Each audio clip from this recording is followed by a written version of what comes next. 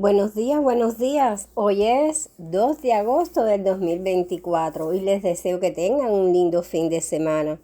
La frase para hoy es: el sonido de la naturaleza ayuda para que las personas puedan aprender a escuchar a los demás, tener paciencia y meditar sobre lo que hacen a diario.